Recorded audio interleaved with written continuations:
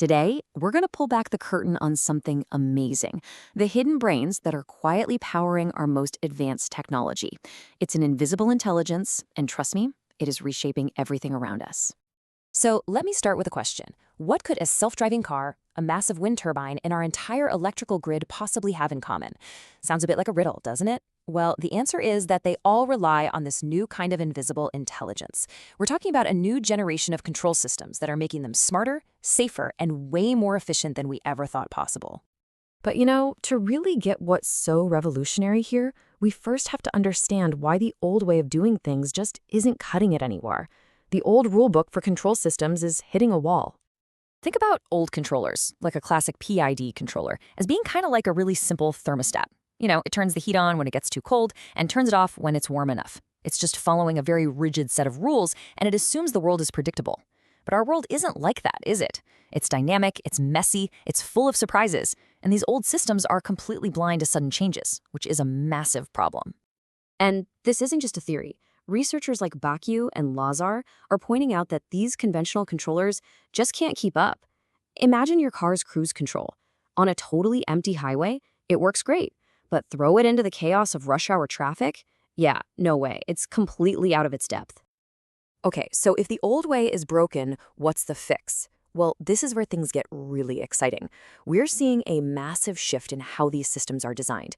We're moving beyond controllers that just obey orders to a whole new breed that can actually learn. And this is the hero of our story today, intelligent control.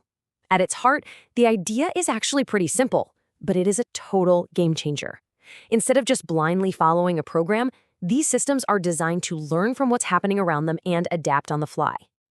So what's their secret sauce? What makes them so powerful?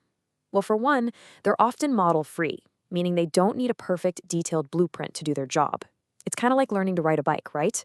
You don't need to be a physicist and understand all the equations of motion. You just learn. They're also adaptive, so they change their game plan as the world changes. They're robust, so they can handle the unexpected. And the best part? They're always learning, always getting better. All right, so this all sounds great in theory, but where is this stuff actually making a difference? Let's dive into some real-world examples, because the proof is in the pudding, as they say. Let's jump back into that car stuck in traffic. The problem sounds simple enough, right? Just keep the speed steady. But in reality, in that chaotic environment, it's an incredibly tricky puzzle to solve. And this is where these intelligent model-free controllers, or MFCs, just shine. The research shows they deliver far superior speed regulation. What does that mean for you, the driver? It means less of that annoying lurching forward and braking, less speed overshoot, and just way better accuracy. The whole ride becomes smoother, safer, and even more efficient, all because the controller is adapting in real time. And this whole idea of adapting to a messy, changing environment isn't just for cars. Take a look at green energy. A solar panel has a very similar problem. When clouds are drifting by, the sunlight is changing constantly. How in the world do you squeeze every last drop of power out of that panel? So here we're comparing a standard method with something called fuzzy logic. And this is really cool. It's a type of AI that thinks a little bit more like a person, using concepts like kinda sunny or mostly cloudy instead of just black and white on or off. And look at the results. The old way is faster, sure, but the intelligent fuzzy logic controller has superior accuracy and is way more adaptive. It's just smarter at hunting down that maximum power point, no matter what the sky is doing. Okay, but if you think that's a challenge, let's talk about wind turbines. We're talking about these massive, powerful machines trying to operate in some of the most chaotic conditions imaginable. How do you tame that incredible power safely and efficiently? This is where an advanced controller, something called a time-optimal sliding mode controller, comes in. And it just blows the older methods out of the water. It cuts down on those damaging vibrations. They actually call it chattering. That can wear a turbine out. It extracts more power more efficiently. And it delivers cleaner, more stable electricity to all of us. It literally turns chaos into clean, reliable energy. So we've seen smarter cars and greener energy, but the impact of this tech goes way deeper. It's now being used to strengthen the very backbone of our society, making our critical infrastructure safer and more resilient than ever before. And here's the thing. Some of the most dangerous problems are the ones you can't even see. Take something called a high impedance fault in a power grid. This can be a tiny little problem, like a tree branch just barely touching a power line.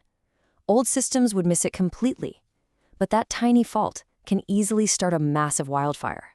And this chart, wow, it just says it all. A study in Nigeria compared an older AI system to a new intelligent one called ANFIS.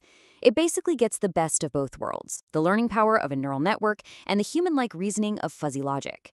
The old system had error rates as high as 90%. The new intelligent system, as low as 10%. That is a gigantic leap forward in safety. Here's another hidden danger for you. Huge overground gas pipelines can actually start to vibrate in the wind, and those vibrations can literally shake the pipeline apart. It's a disaster waiting to happen. So what do? Well, by using these smart models, engineers figured out that while one damper helps, an optimized design that uses two dampers controlled by a smart system, that provides a whole other level of stability. It's not just about our part, it's a smarter design that makes our infrastructure fundamentally safer. Okay, let's zoom out for a second. We've talked about cars, solar panels, power grids. What does this all add up to? Why does this really matter?